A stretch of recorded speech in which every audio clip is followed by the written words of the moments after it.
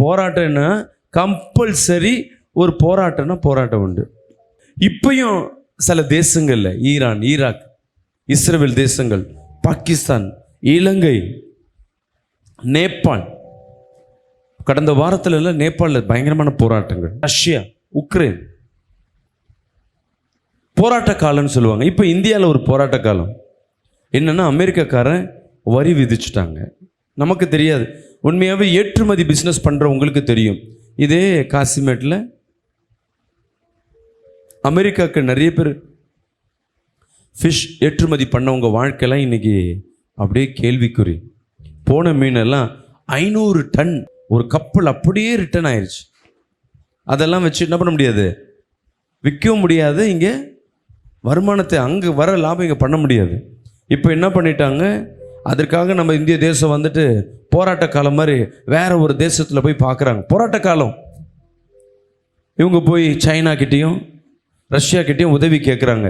வேற இவங்க அமெரிக்கா கிட்டேருந்து, நம்ம அமெரிக்காவுக்கு வந்து 30% நம்ம இந்திய தேசத்துலேருந்து வருகிற வருமானத்தில் ரெவன்யூ அங்கேருந்து வருது. இப்போ இந்திய தேசம் போராட்ட காலம். இன்னைக்கு பார்த்தீங்கன்னா, இன்னைக்கு வந்து ஐடி கம்பெனி டிசிஎஸ், HCL, இங்கே இந்த மாதிரி பெரிய பெரிய நிறுவனம் ஃபாரின் தேசத்துலேருந்து, அமெரிக்கா காரணத்துலேருந்து வருது. அவர்கள் எல்லாம் இங்கே இருக்கிற இந்தியர்களில் இருக்கிற கம்பெனி இழுத்து மூடணும்னு சொல்லிட்டாங்க. ஏன்னா இங்கே அமெரிக்காவுக்கும் இந்தியாவுக்கும் இருக்கிற கருத்து வேறுபாடு. இப்போ அவங்க என்ன பண்ணுறாங்க, முதலாளி அவங்க கையில் பணம் இருக்கும், சொத்து இருக்கும், அவங்களுக்கு பாரம் இருக்காது, இன்னொன்று போய் செய்யலாம். இன்றைக்கி அவன் ஆட்சி ஆடலைன்னா நாளைக்கு வேற ஒருத்தர் ஆள போகிறான். இன்றைக்கி இவன் பண்ணதுனால இப்போ நான் இன்றைக்கி ஆட்சி செய்கிறேன், இன்றைக்கி என்னால் பாதிக்கப்படுறது நான் கிடையாது, நான் அடுத்தது வேறு தலைவர் வருவாங்க, நான் சேர்க்க வேண்டியதில் என் வீட்டுக்கு என் பிள்ளைகளுக்கும் நல்ல கோடிக்கணக்காக சேர்த்து வச்சுட்டு போயிட்டு பாதிக்கப்படுறது யாருன்னா, கடந்த 2-3 நாட்களில் கோயம்புத்தூர்லேருந்து நிறைய பேர், திருப்பூர்லேருந்து நிறைய பேர் கால் பண்ணுறாங்க.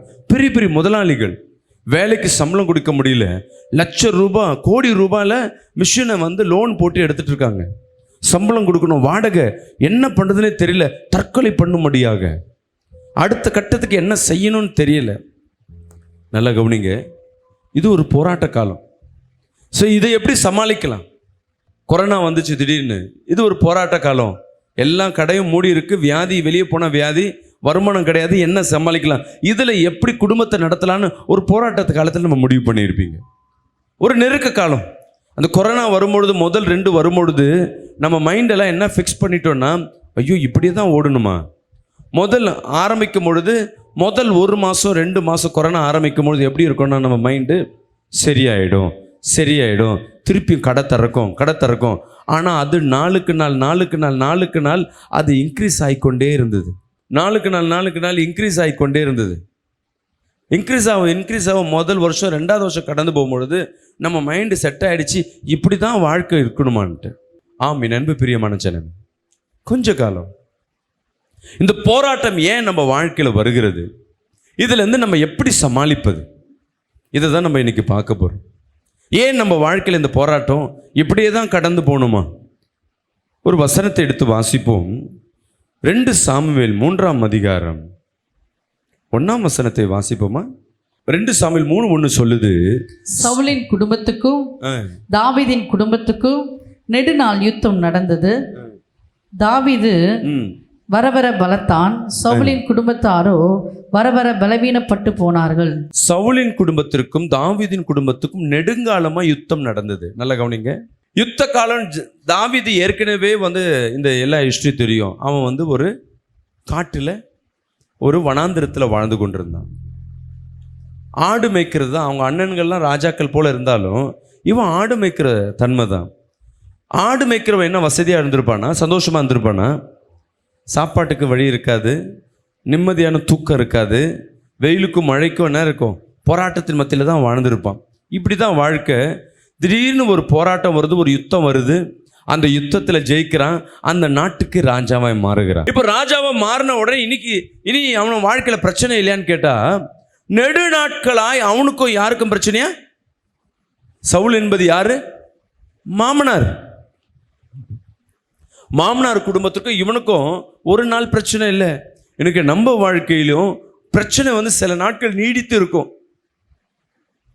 அண்ணன் குடும்பத்து பிரச்சனை மாறாது, எங்கள் அப்பா குடும்பம் என்ன சொல்கிறது, பெரியப்பா சித்தி சித்தப்பா இப்படி உறவுகள் குடும்பம் வந்து சீக்கிரத்தில் அது மாறாது.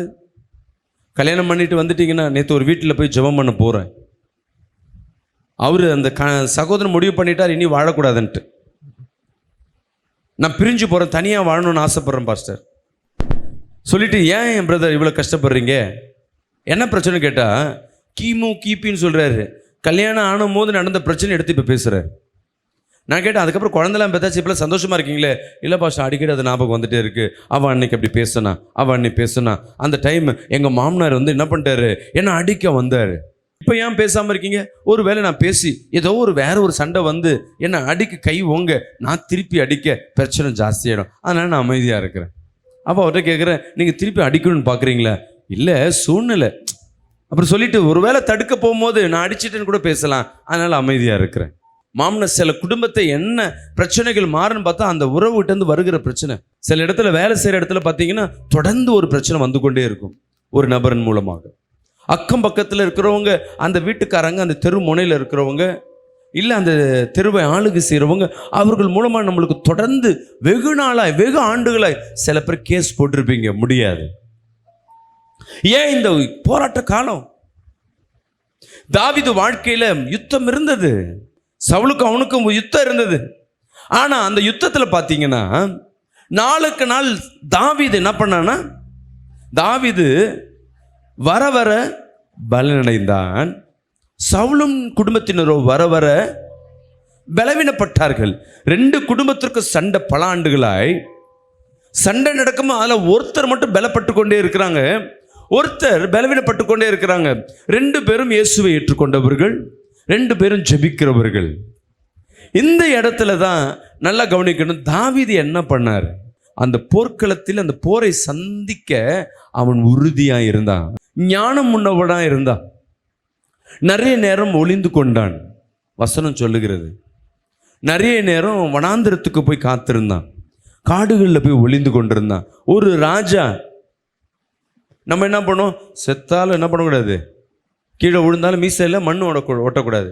சில நேரங்களில் ஞானம் ரொம்ப முக்கியம். இவ ஏன் வர வர விருத்தி அடைந்தான்னா, நெருக்கத்தின் மத்தியில் நீங்கள் எவ்வளவாய் தேவனை தேடுகிறீர்கள் என்ற அர்த்தம். ஒரு சகோதரி, அந்த குடும்பத்தில் ஒரு சகோதரி சொல்லுது, பாஸ்டர் முன்ன மாதிரி நான் இப்போ ஜெபம் பண்ணுறதில்லை. நல்லா அனாயிண்டிங் பர்சன், நல்லா அனாயிண்டிங்காக பண்ண பிள்ளை, எல்லாம் ஜெபத்தில் கலந்து கொண்ட அந்த பிள்ளை இப்போ வீட்டில் நடக்கிற பிரச்சனையை பார்த்த உடனே முடிவு பண்ணிட்டாங்க, இனி ஜெபம் பண்ண வேணாம். நல்லா தெரிஞ்சுக்குங்க, நம்ம வாழ்க்கைக்கு நமக்கு யாரால உதவி கிடைக்கும் அப்படின்னு முதல்ல உங்கள் இருதயத்தில் டிசைட் பண்ணுங்க. மனிதர்களால், கடவுளால், இல்லை என்னாலே என்னால் முடியுமா? நிறைய நேரம் நம்ம பண்ணுற முடிவு என்னன்னா, என்னாலே ஏதாவது சமாளிக்க முடியும். சில நேரம் தோற்று போயிடும். கோவத்தெல்லாம் எங்கே வைப்பீங்கன்னா, போடா என்ன சர்ச்சுக்கு போனேன், என்ன பூஜை பண்ணேன், என்ன கோயில் குளத்துக்கு போனேன், ஒரு மாற்றமும் இல்லையே, இப்படியே தான் என் வாழ்க்கை இருக்குது. நம்ம நிறைய நேரம் சிந்திக்கிறது.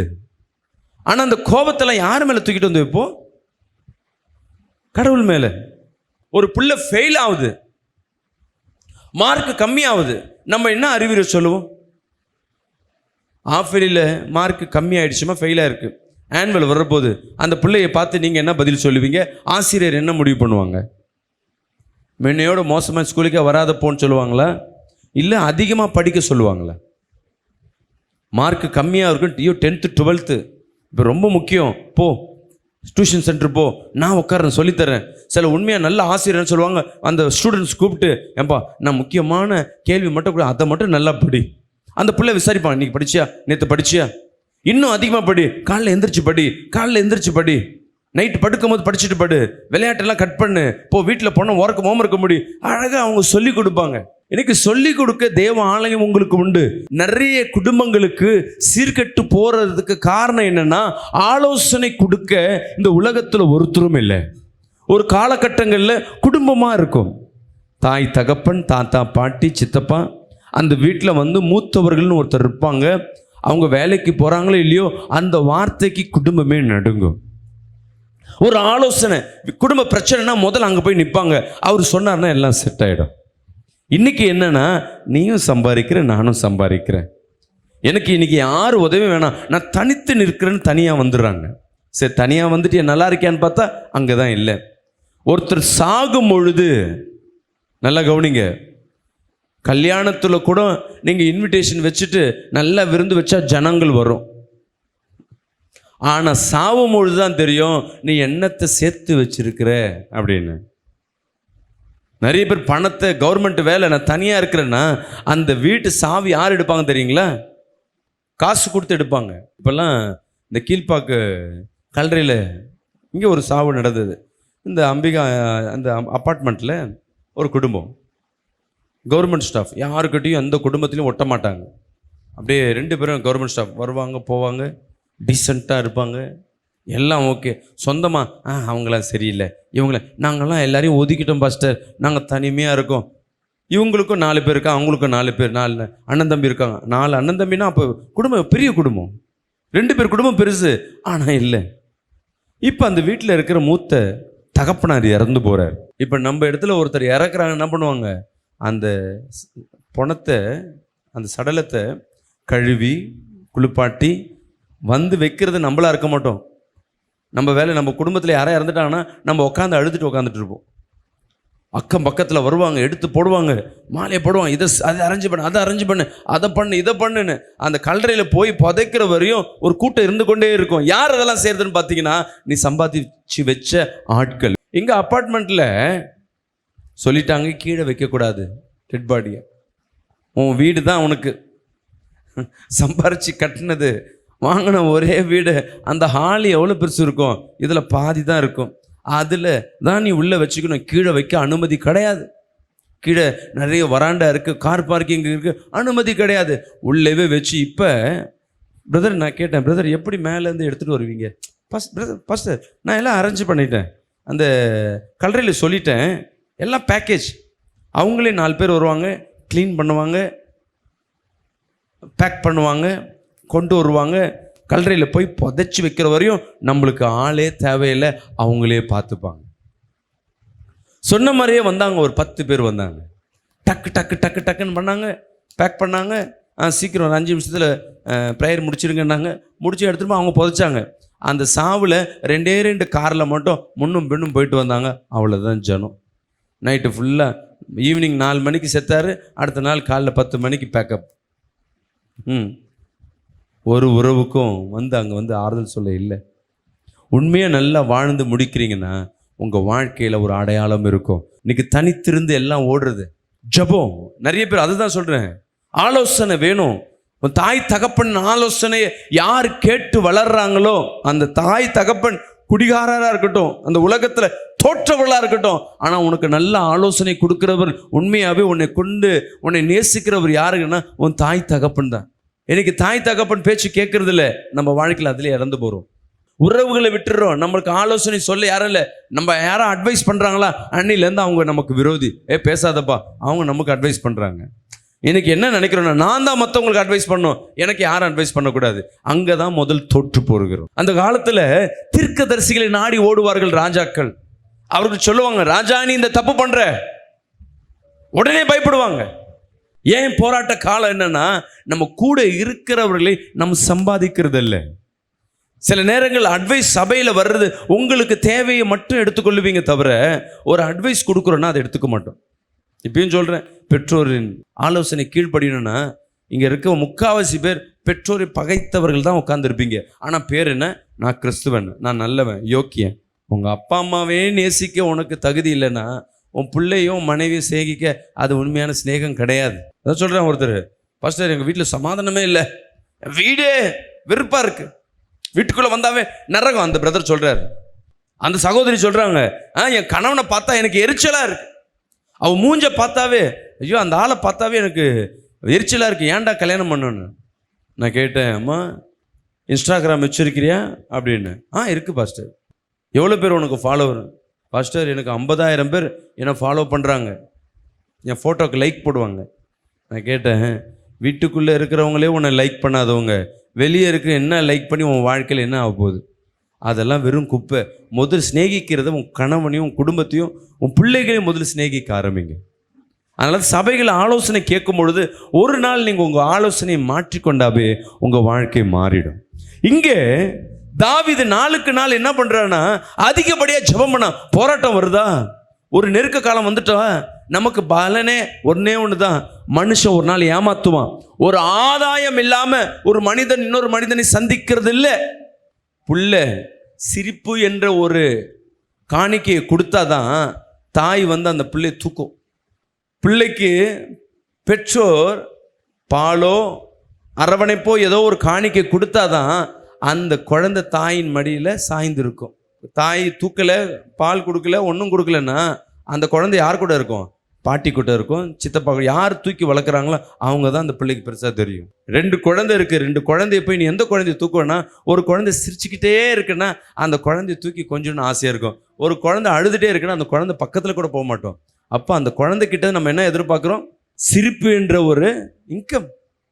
உன் பிள்ளைக்கு எல்லா பிள்ளையும் அம்மானா எனக்கு உயிர்னு சொல்லும். அப்பாவை கூட நிறைய பேர் விரோதி ஆக்கிடுவாங்க, அம்மா தான் எனக்கு உயிர்னு. எப்போ அம்மா அந்த பிள்ளைக்கு இல்லைன்னு சொல்லி பாருங்களேன், 2 வாட்டி 3 வாட்டி, முதல் எதிரியே பிள்ளை தான் நிற்கும். கொடுக்கறத நிறுத்தினாவே. அப்போ இன்னைக்கு ஏதாவது ஒரு கொடுத்தாதான் தாய் பிள்ளை குடும்பம்.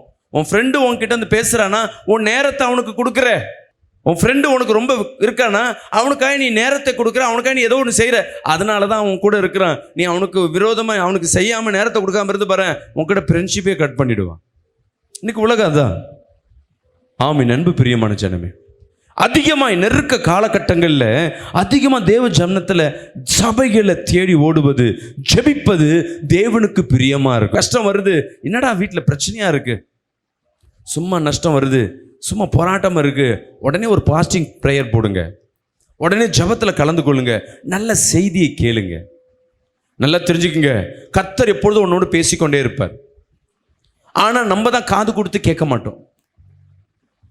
நான் சொல்கிறேன்னு, நிறைய நேரம் நல்லா கவனிங்க, நான் ஊழியக்காரர் தான், அநேகருக்கு தீர்க்க தரிசனமாக பேசுகிற ஆள் தான்.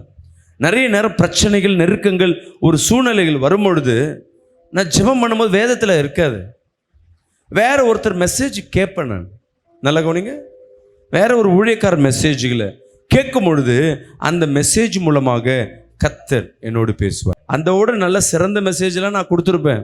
இருந்தாலும் தேவன் நீ பேசணும் ஆண்டவரே நான் கேட்குறேன்னு சொல்லிட்டு நீ கேட்டீங்கன்னா அந்த வசனத்தின் மூலமாக கர்த்தர் உனக்கு ஒரு வாழ்க்கையை கொடுப்பார். அதனால தேவ செய்தியை கேளுங்க. தேவ செய்தி ரொம்ப முக்கியம். ஆலயத்தில் நீ கேட்கும் பொழுது ஆசீர்வாதம், இன்று முதல் நீ ஆசீர்வதிப்பாய் அப்படி சொன்ன உடனே உனக்குள்ள சந்தோஷமா இருக்கும். என்ன சந்தோஷம் சொல்லுங்களேன்? என்ன சந்தோஷம்? அப்பா ஒரு நல்ல வார்த்தை வந்துச்சு. இந்த நல்ல வார்த்தை எப்போ வரும்? ஏதோ ஒன்று செஞ்சாதான் வரும். நல்லா தெரிஞ்சுக்கங்க.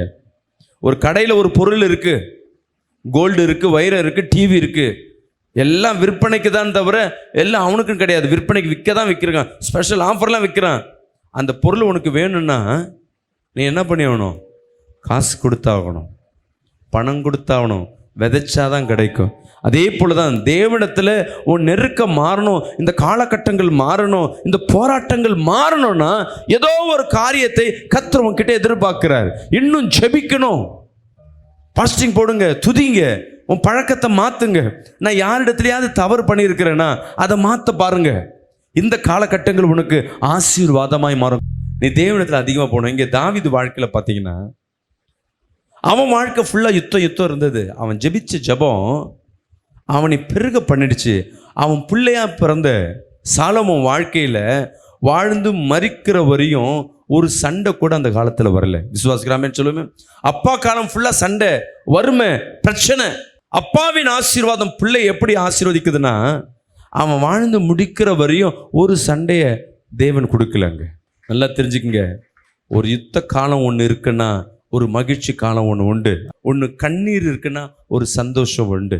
ஒரு துன்பம் இருக்குன்னா ஒரு இன்பம் இருக்கு. கடவுள் யார் வாழ்க்கையிலும் துன்பமாகவே வைக்கும்படியாகவே, கஷ்டப்படும்படியாகவே தேவன் வாழ்க்கை வைக்கல. சிறு வயசுல நீ கஷ்டப்பட்டினா முதிர் வயசுல சந்தோஷமா இருப்ப. ஒருவேளை சிறு வயதுல நிறைய பேர் கஷ்டப்படாம பெற்றோரின் பாதுகாப்புல ஆசீர்வாதமாகவே இருப்பாங்க. முதிர் வயதுல கஷ்டப்படுவாங்க. அந்த டைம்ல தான் ஆண்டவரே என் நெருக்கத்தை மாற்றி போடும். இந்த டைம் தான் கர்த்தரோட உதவி வேணும். பலத்தின் மேல் பலன் அடைய முடியும். ஆனால் பலன் இல்லாத டைமில் தான் கர்த்தருடைய பலன் ஒன்று கிடைக்கும். சொல்லுங்க, ஆண்டவரே நான் பலனற்று இருக்கிறேன், எனக்கு உதவி செய்யுங்க.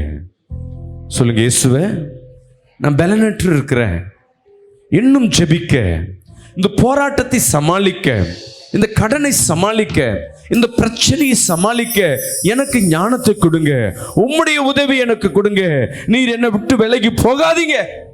நிறைய பேர் நினைக்கிறது என்னன்னா, உன் வாழ்க்கையில் ஒரு பிரச்சனை வந்துட்டாவே கடவுள் உன்னை விட்டு போயிட்டாருன்னு. இல்லை, உன்னை சோதிக்கும்படியாக.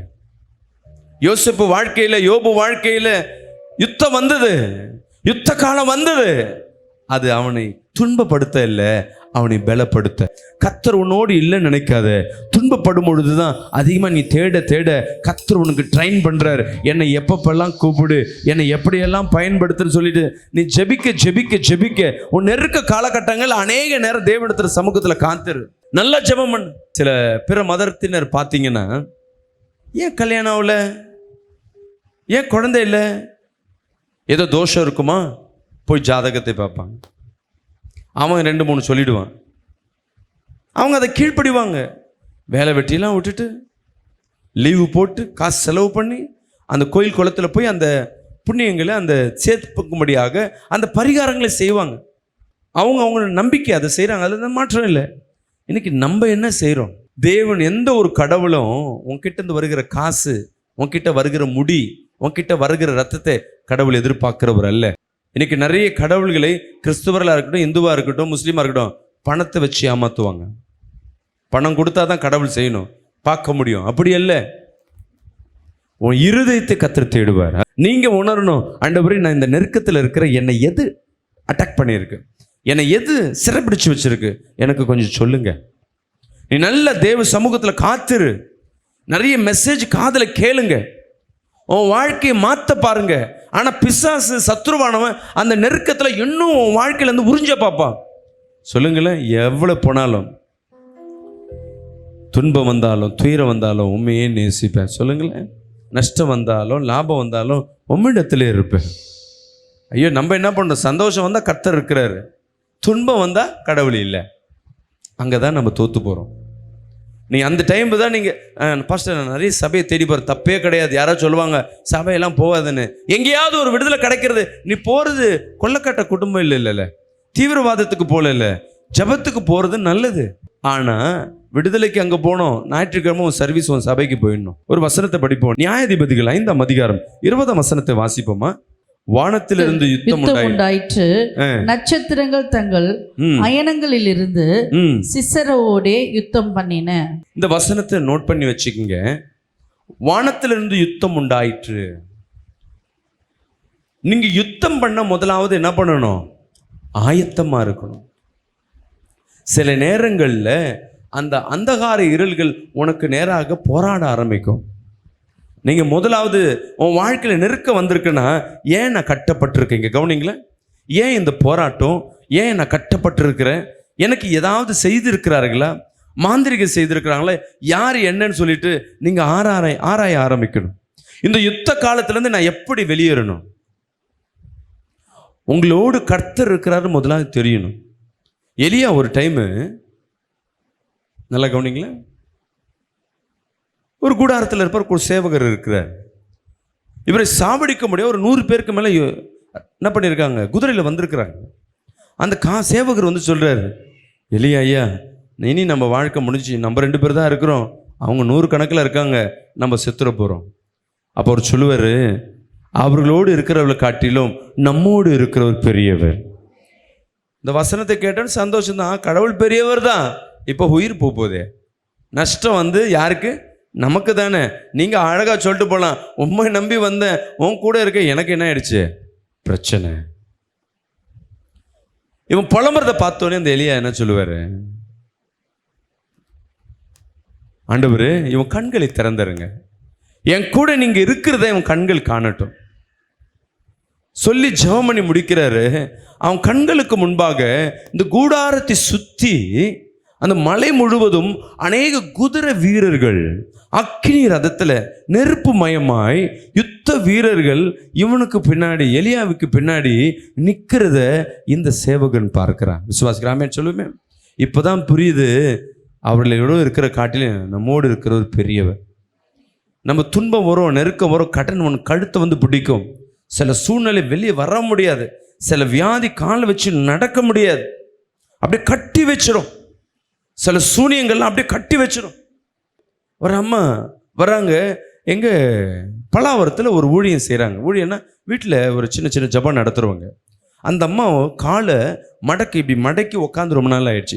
சேரில் தான் உட்கார முடியும், முழங்கால் ஃபுல்லாக கட்டி போட்டுச்சு. ஆனால் இவங்க ஜெபம் பண்ணுறாங்க, அநேகருக்கு விடுதலை கிடைக்குது. இவங்க ஒரு நாள் தேடிட்டு சபைக்கு வராங்க. கணவன் போராட்டம், ஊழியம் பண்ணுறான், கணவன் போராட்டம், புள்ள வாழ்க்கையில் டைவர்ஸ், நெருக்கம். ஊழியத்தை கடந்த ஒரு 3 மாசமா ஊழியத்தை விட்டுட்டாங்க. நான் சொல்கிறேன், அவங்க வந்து சொல்கிறாங்க, கர்த்தர் என்னை கை விட்டுட்டார் பாஸ்டர், அவருக்காக நாங்கள் வைராக்கியமே ஊழியம் 15 வருஷமாக பண்ணேன், இன்னைக்கு என் குடும்பம் சீரழிஞ்சிருக்கு, நான் ஜெபம் பண்ணது எல்லாம் வேஸ்ட்டாக போயிருக்கு. நான் கேட்டேன், அப்போ ஏன் என்னை தேடி வந்தீங்க? இல்லை, ஏதாவது ஜெபம் பண்ணிங்கன்னா என் வாழ்க்கையில் மாற்றேன், நான் ஜெபிக்கிறத விட்டுட்டேன். சரிம்மா, கண்ணை மூடுங்கன்னு கண்ணை மூடுறேன். அவங்க பின்னாடி தேவ வல்லமை இருக்கிறத நான் பார்க்குறேன், தேவனுடைய பிரசன்னத்தை நான் உணர்றேன். உடனே நல்லா கவனிங்களே, உடனே அவங்கள பார்த்துட்டு, அம்மா கர்த்தர் உன்னை கைவிட்டார் சொல்றீங்கம்மா, நான் கண்ணை மூடி ஜெபிக்கும் பொழுது உன் பின்னாடி கர்த்தர் இருக்கிறான். அந்த அம்மா என்ன சொல்கிறாங்க, நான் ஜெபம் பண்ணால் அற்புதம் நடக்குதுன்னு சொல்கிறாங்க, ஆனால் என் வாழ்க்கையில் ஒன்றும் இல்லை பாஸ்டர், எல்லா ஊழியக்காரங்களும் இதான் சொல்கிறீங்க, ஆனால் நான் அதை அனுபவிக்கலையே. அவங்க அழுதுகிட்டே சொல்கிறாங்க, சரிம்மா, கர்த்தர் உன்னோடு இருக்கிறாருன்றத ஒரு அடையாளம் தெரிஞ்சா நீ எப்படிமா இருப்பேன்? பாஸ்டர், இப்போ கர்த்தர் என் கூட இருக்கிறான்னு தெரிஞ்சிச்சுன்னா என்னால் இந்த போராட்டத்தை என்ன பண்ண முடியும்? சமாளிக்க முடியும். நான் அவங்க தலையில் கை வச்சு ஜெபிக்க போகிறேன், மேகத்திலேருந்து வானத்திலேருந்து ஒரு ஆவி வந்து அப்படியே அமுக்குது. அல்லேலூயா, தேவ பிரசன்னம் பின்னாடி இருக்கு, மேலேருந்து ஒரு ஆவி வந்து அவங்கள அமுக்குது. அப்படியே அவங்க அலக்கழிக்கிறாங்க. இப்போ நான் ஜெபிக்க ஆரம்பித்தேன். அவங்களுக்குள்ள அந்த கட்டில் அந்தகார இருள்கள், பொல்லாத வானமண்டல சேனைகள், நான் சொல்லு இயேசுவின் நாமத்தில் இந்த பொல்லாத வானமண்டல சேனைகளை இப்பொழுது சுட்டரிக்கிற இந்த முழங்கால் கட்டுகள் உடையட்டும். எசப்பா, நீர் அவர்களோடு இருக்கிறத ஒரு அடையாளத்தை காட்டுங்க. ஜெபமணி முடிச்சோன்னே கேட்குறம்மா, முழங்கால் வலி இருக்கா? எவ்வளோ வருஷம் வலின்னா 7 வருஷமாக வலி, போடாத மாத்திரை இல்லை. பரவாயில்ல பாஸ்டர், நான் வீட்டில் பார்த்துக்கிறேன், எந்திரிச்சு நின்று பாருங்கன்னு. எந்திரிச்சுக்கிறாங்க, நடக்கிறாங்க, அந்த வலியே இல்லை. அப்போ அவங்ககிட்ட சொன்னேன், உன்னோடு கர்த்தர் இருக்கிறாருமா, ஆனால் உன்னை சுற்றி போராட்டத்திற்கு என்ன இருக்கு? சத்துரு இருக்கு. அதை நீ கடிந்து ஜெபம் பண்ணு, எல்லை நாவி கடிந்து ஜெபம் பண்ணு. இல்லை நான் பண்ணனே, உன்னை சுற்றி மேலே உன்னை ஒரு ஆவி உனக்கு விரோதமாக இருக்கு, அதை போய் இதுதான் உன் அடையாளம், போ நீங்கள் போய் என்ன பண்ணுங்க, அதை கடிந்து உன் எல்லையில் ஆவி உனக்கு விரோதமாக இருக்குது, அதை கடிந்து ஜெபம் பண்ணுங்க. பாருங்க, முதல் மற்றவங்களுக்கு ஜெபம் பண்ணுறதுக்கு முன்னாடி முதல் உங்களுக்கு கட்டி ஜெபம் பண்ணுங்க. 3 நாளில் ஒரு அற்புதம் பார்ப்பீங்க. அங்கேருந்து எந்திரிச்சு அவங்க காலை இப்படி பண்ணுறாங்க, சிரிச்சுக்கிட்டே இங்கேருந்து போகிறாங்க. போய் நல்லா உபவாசம் போட்டு நல்லா பொல்லாத வானமல சேனைகளை எப்படி ஜெபிக்கணும்னா, கண்ண மூடி, இயேசுவே, என் ஆசீர்வாதத்தை தடுக்கிற ஆவிகள், என்னை எழும்ப முடியாதபடி தடுக்கிற ஆவிகள், என் விண்ணப்பத்தை ஏற்றுக்கொள்ளக்கூடாதபடி தடுக்கிற ஆவிகள், இப்பொழுது இயேசுவின் நாமத்தில் எரித்து சாம்பலாக்குறேன். பொல்லாத வானமண்டல சேனைகளை, அசுத்த ஆவிகள், இப்பொழுது என் குடும்பத்தை கெடுக்கிற ஆவிகள், என் வருமானத்தை கெடுக்கிற ஆவிகள், வாய்த்திறந்து சொல்லுங்க, என் வியாதியை உண்டு பண்ணுகிற ஆவிகள், சமாதானத்தை கெடுக்கிற ஆவிகளை என் இயேசுவின் நாமத்தில் சுட்டரிக்கிறேன். என்னை வேலி அடைங்கப்பா. ப்ரொடெக்ஷன் பண்ணி பாதுகாக்கும்படியாக ஜெபிக்கணும். முதல்ல என்ன பண்ணணும் சொல்லுங்களேன்? முதல் நல்லா ஜெபிக்கணும், ஜெபத்தை தேடணும், வசனத்தை நல்லா கேட்கணும், மெசேஜ் அட்வைஸை நல்லா கேட்கணும். செகண்டு, உனக்குள்ளே எங்கே சுற்றி இருக்கு, சில நேரங்களில் என்ன பிரச்சனைன்னு காக்க முடியாது. ஒருவேளை சில ஊழியக்காரர்கள் சொல்கிறாங்களா, ஓகே மாந்திரிகம் இருக்குது எல்லாம் சொல்லுவாங்க, யார் உடைக்கிறது? சில வச்சு சொல்லுவாப்பா அவனுக்கு மாந்திரிகம் இருக்குப்பா சொல்லிடுவாங்க. ஆனால் யார் உடைக்கிறது? நீ தான் மாந்திரிகம் ஓடுவ. பயப்படாத, உன்னோடு இருக்கிறவர் பெரியவர். அல்ல, நல்லா கடிந்து ஜெபம் பண்ணுங்க, அந்த ஆவி ஒன்றும் இல்லாதபடி நிர்மலமாக்கி போடப்படும். அந்த வசனத்தை வாசிங்களேன். வானத்திலிருந்து யுத்தம் உண்டாயிற்று. யுத்தம் உண்டாயிற்று. நட்சத்திரங்கள் தங்கள் அயனங்களில் இருந்து சிசராவோடே யுத்தம் பண்ணின. நீ ஜெபம் பண்ணினா கர்த்தர் உனக்காக யுத்த வீரர்களை கர்த்தர் அனுப்புவார். உன் பக்கத்துல அக்கம் பக்கத்துல கூட உனக்கு உதவி செய்ய யாரும் இருக்க மாட்டாங்க. என் தேவன் உனக்கு உதவி செய்ய தன் சேனைகளை அனுப்ப வல்லவரா இருக்கிறார். மூணாவது ஒரு காரியம் சொல்றேன் பாருங்க. உன் வாழ்க்கையில போராட்டம் வருதுன்னா உன்னை கொண்டு ஏதோ கர்த்தர் திட்டம் செய்கிறாருன்னு அர்த்தம். நீ நெகட்டிவா பார்க்காத, என்ன தோத்து போயிட்டேன்னு பார்க்காத. அந்த யுத்த காலத்துல அவமானப்படுவ, தோல்வி அடைவ, இழந்து போவ, உன் குடும்பமே அப்படியே கலைஞ்சு போனது மாதிரி ஆகும். இந்த டைம்ல நல்லா ஜெபிக்க தான் தெரியும் ஏன் இந்த யுத்தத்தை என் வாழ்க்கையில வச்சார். தேவன் யார் வாழ்க்கையில அதிகமா உபத்திரத்தை கொடுக்குறாரோ அவன் வாழ்க்கையில எடுத்து பயன்படுத்துவேன். அவனை எடுத்து பயன்படுத்தணும்னு நினைச்சிட்டாருன்னா யுத்தம் அவனை விட்டு போகாது. உன்னை எடுத்து பயன்படுத்த நினைச்சிட்டாரு, அதனால உன் பிரச்சனை உன்னை விட்டு மாறல. இன்னும் அதிகமா யோனாவை கொண்டு தேவன் திட்டமிட்டுட்டாரு நினிவே பட்டணத்துக்கு ஒரு விடுதலைன்ட்டு. ஆனா இவன் அது உள்ள போல. தேவன் நினைச்சா வேற யாரையாவது அனுப்பிச்சிருக்கலாம். நீ தான் போனோம். அவனை அடிச்சு உதைச்சி கடல்ல தள்ளி மீன் வாயில நரக வேதனை பட்டு அவனை அங்கிருந்து கொண்டு போனார். ஆம், அன்பு பிரியமான ஜனமே, இந்த வேலையில கர்த்தர் உன்னோடு பேசி கொண்டிருக்கிறார். இந்த வேலையில கர்த்தர் உன்னோடு பேசி கொண்டிருக்கிறார். உன் யுத்த நாட்கள் தேவன் வச்சிருக்கிற பரீட்சை. இந்த நாட்கள்ல தான் நீ பாவம் செய்வ. நிறைய பேர் பாருங்க, கவலை வந்துட்டா, துன்பம் வந்துட்டா குடிக்க ஆரம்பிச்சிருவாங்க. கெட்ட பழக்கங்கள் வந்துடும். நல்லா இருக்கும் போது வேற, இன்னும் நோரை நெருங்கும் பொழுது தான் இனிமேட்டு என்ன வாழ்ந்து போகிறேன் நம்ம புண்பட்ட நெஞ்ச புகையை விட்டு ஆத்து. இன்னைக்கு இந்த உலகத்தில் இருக்க டைலாக், குடிக்கிறதுனால ஒன்றும் இல்லை, ஒரு நாள் குடித்தா ஒன்றும் ஆகாது, கொஞ்சம் குடி, கவலை மரம். அப்புறம் அது குடிக்கிறதே ஒரு கவலையாக மாறிடும். இந்த உலகத்தில் எதுவும் நிரந்தரமானது அல்ல, என் தேவன் மட்டுமே நிரந்தரமானவர். இந்த நெருக்க காலகட்டங்களில் ஒரே ஒரு நம்பிக்கை இருக்கணும், என்னை எடுத்து கர்த்தர் பயன்படுத்த போறாரு. எத்தனை பேர் அந்த வைராக்கியத்தில் இன்னைக்கு இருக்கீங்க? இன்னைக்கு சொல்லுங்க, இந்த நெருக்க ஆண்டவரே இதை நான் சமாளிக்க எனக்கு கிருபை தாருங்க, என்னை கொண்டு நீ ஏதோ ஒரு செய்ய போறீங்க, அது அந்த திட்டத்தை எனக்கு தெளிவுபடுத்துங்க. சில நேரம் என்ன பண்ண போறான்னு தெரியும், சில பேருக்கு என்ன பண்ண போறான்னு தெரியல. சில பேர் வீடு கட்டினாங்கன்னா பிரச்சனை வரும், கல்யாணம் பேர் எடுத்தாவே வீட்டில் பிரச்சனை வரும். ஏதோ ஒன்று வாங்க போறீங்க, பிள்ளைக்கு ஸ்கூலில் ஏதாவது ஃபீஸ் கட்ட போகிறோம், பிள்ளை நல்லா படிக்கணும், வீட்டில் ஒரு பிரச்சனை ஆரம்பிக்கும். ஒரு நல்லது செய்ய போகிறதுக்கு முன்பாக உன் வீட்டில் ஒரு போராட்டங்கள் ஏற்படும். நீ அதை சமாளிச்சிட்டின்னா அந்த போராட்டத்தை ஈஸியாக என்ன பண்ண முடியும், மேற்கொள்ள முடியும். உங்களால் முடியாது, தேவனால் மட்டுமே கூடும். சொல்லுங்களேன், என் தேவனால் மட்டுமே கூடும். சொல்லுங்களேன், தேவனால் மட்டுமே கூடும். எல்லா நெருக்கத்திலையும் தேவனை மனுஷனை சாராதீங்க. இவன் காசு தரேன்னு சொல்லியிருப்பான், அவன் வீட்டு வாசல்லே காத்திருப்போம். கடன் கொடுப்பானா, உதவி செய்வானா, இல்லை சொந்தம் என் கணவன் பார்த்துப்பான், என் அக்கா பார்த்துக்கும், அண்ணன் பார்த்துக்கும், யாரும் உனக்கு பண்ணுறாலும் ஒரு நாள் உன்கிட்ட ஏதோ எதிர்பார்க்குறாங்க. ஒரு நெருக்கம் வரும்போது கர்த்தரை நல்லா பிடிச்சிக்கங்க, நம்பிக்கையை விடாதீங்க. நீ வச்ச அந்த இலக்கை விட்டு நீ போயிடும்னு நினைக்காத. கண்டிப்பாக இந்த பிஸ்னஸை நான் செய்வேன், கண்டிப்பாக என் பிள்ளையை படிக்க வைப்பேன், கண்டிப்பாக நான் மேலே வருவேன். அந்த தாட்டி எவ்வளோ நெருக்கம் வந்தாலும் உன்னோடு இருக்கிறவர் கர்த்தர் என்றால் அதுலேருந்து வெளியே வரக்கூடாது.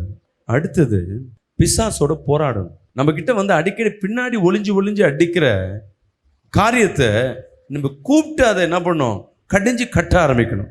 இது எப்போ நடக்கும்? நீ நல்லா ஜெபிக்கிறன்னா இதை செய்யலாம். இது சொல்லும் பொழுது ஆரம்பத்தில் ஒரு பயமாக இருக்கும். பிசாசு, சும்மா இருக்கிற பிசாசு நம்ம என்ன பண்ணுறோம், தொடுற மாதிரி. உனக்கு என்ன கஷ்டம் கொடுக்குற அந்த ஆவியை கூப்பிட்டு நல்லா கடிஞ்சு பாதாளத்தில் கட்டினா போதும், அதை நல்லா கடிஞ்சு ஜெபிச்சு கமாண்ட் கொடுத்தா போதும், இனி அந்த பிரச்சனை வராது. நம்ம என்ன பண்ணோம், நிறைய நேரம் ஒதுங்கி போகிறோம். கர்த்தர் உன்னை யுத்த வீரராக வைத்திருக்கிறார். அந்த சத்துருக்களை மேற்கொள்ளும்படியாக கிருபையை வைத்திருக்கிறார்.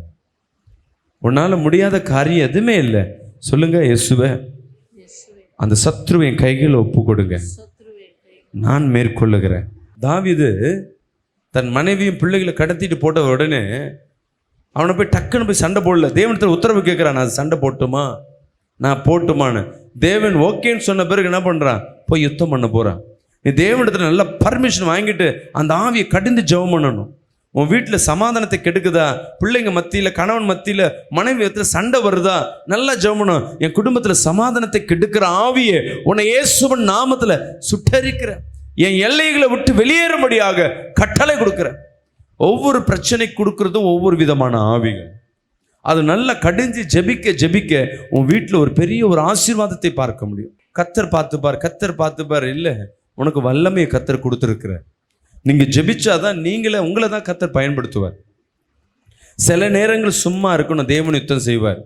சில நேரம் ரொம்ப போராடிட்டே இருக்குன்னா அதை கூப்பிட்டு நல்லா கடிஞ்சு ஜெபம் பண்ணிங்கன்னா அது ஒன்றும் இல்லாமல் போயிடும். நீங்கள் ஜெபிக்கிற வேலையில் ஹீலிங் ப்ரேயரில் பார்த்தீங்கன்னா இந்த சில ஆவிகளை கூப்பிடுவோம். உடம்புல இருக்கிற உள்ளே இருக்கிற ஆவி வெளியே கூப்பிட்டு கடிஞ்சு அனுப்புவோம். இல்லைன்னா அது மறைஞ்சிட்டு ஒளிஞ்சிட்டு இருக்கும். அவங்கள ஏதாவது ஒரு பலவீனத்தையோ துன்பத்தையோ உண்டு பண்ணிகிட்டே இருக்கும். நல்லா ஜெபிக்கிற ஆள் என்ன பண்ணணும்? அந்த ஆவிகளை கூப்பிட்டு ஜெபிக்கணும். உன்னை நான் சுட்டரிக்கிற, அது பேரை சொல்லி கூப்பிடணும். அதுக்கு பேர் என்ன பேர் வச்சுருப்பாங்க? உனக்கு என்ன துன்பப்படுத்துதோ அதுதான் அதுக்கு பேர். கடனோடு வச்சிருக்கிறா, என் வாழ்க்கையில் கடன் உண்டு பண்ணுகிற ஆவியை. சில பேருக்கு வருமானமே இருக்காது, வருமானத்தை தடுக்கிற ஆவியை உன்னை இயேசுவின் நாமத்தில் சுட்டேறி. நீ சும்மா சுட்டேறினா அது ஒன்றும் ஆகாது. இயேசு நாமத்தை பயன்படுத்தி அது கடிந்து பார். நம்ம தேவையை சொல்லுவோம், அப்போ ஏசப்பா இந்த போகிற காரியங்கள் அப்படியே முடியணும், இந்த வியாபாரம் நல்லபடியாக முடியும். நீ ஜெபம் பண்ணிட்டு போகிறது போலவே இயேசு நாமத்தில் அந்த சத்துருவை கட்டினாலும் அதை சுட்டரித்தாலும் அது அப்படியே நடக்கும். இன்னைக்கு வந்திருக்க உங்கள் மத்தியில் கர்த்தர் இன்னைக்கு பேசியிருக்கிறார். இந்த யுத்த காலம் வந்துச்சுன்னு சொல்லிட்டு சோர்ந்து போகாத. இந்த யுத்த காலத்தில் தான் உன்னை எடுத்து கர்த்தர் பயன்படுத்த போகிறேன். உன் வீட்டில் திடீர்னு என்ன போராட்டம், ரொம்ப நாளாக இந்த போராட்டம் இருக்கு, நிச்சயமாகவே ஒரு யுத்தம் இருக்குன்னா ஒரு சமாதானமும் உண்டு. அதற்காக காத்திருங்க. கர்த்தர் நிச்சயமாகவே உங்கள் வாழ்க்கையில் ஒரு வெற்றியை கர்த்தர் வைத்திருக்கிறார். ஒரு ஆமென் சொல்லுவேன்.